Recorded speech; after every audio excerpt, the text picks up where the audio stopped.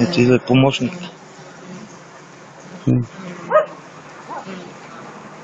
Тя стимулира само тази другата пчела. Да.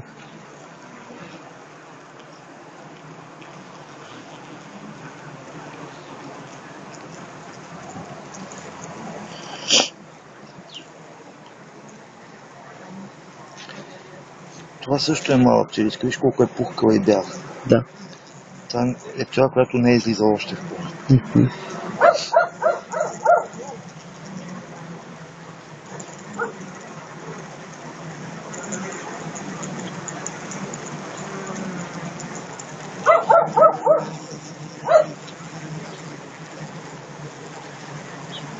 Тя прояжда капачето в момента. Да.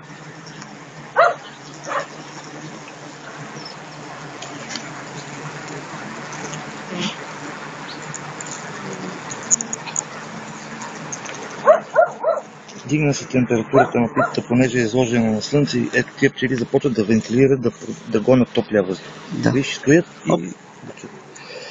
Ето е тук. Те и другата си отвори капача почти.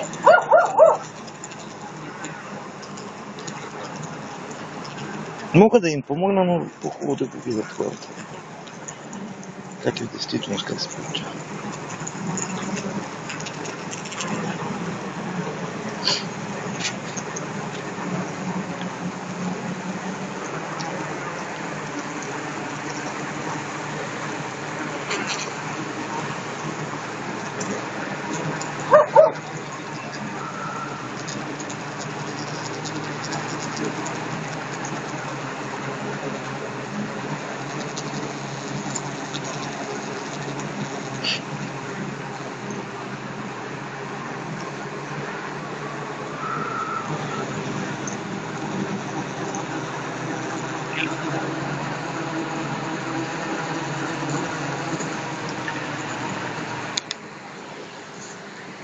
Ще не вточат да знаем, какво ще им слагаме така.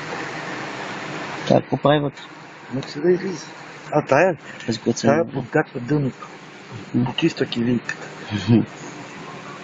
И най-вероятно за друго яйце. Да.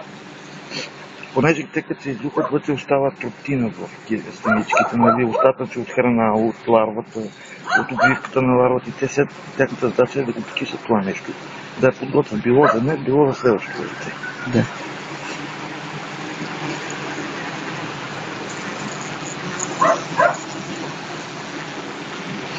Ето една чисто нова пчеличка.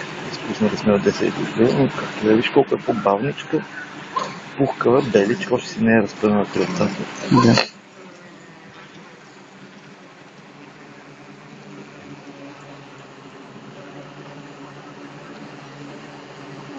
Бавно става.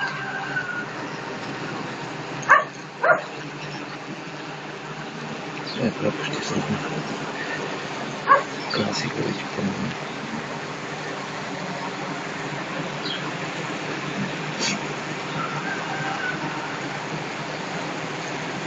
Ето, почти е готово.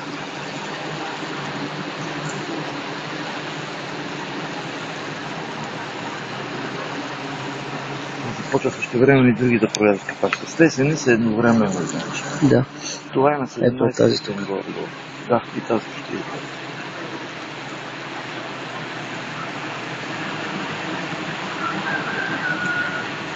Това е завършен процес. Това е процес на 17 дни след снасянето на яйцето.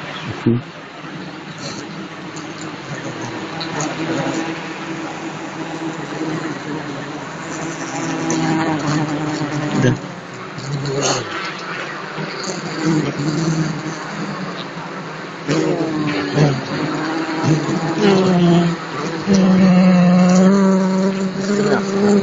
Виждам, ще е другата седмица.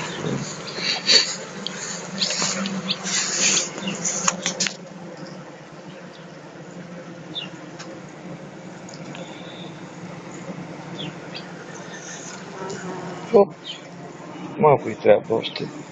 Тук ще прехапя до това капаче.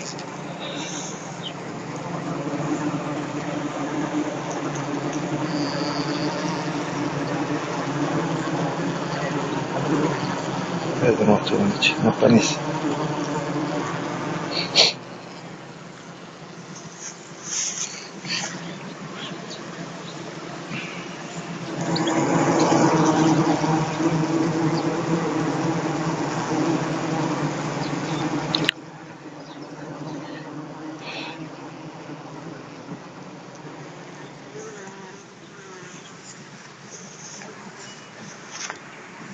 Нищо не сме шега.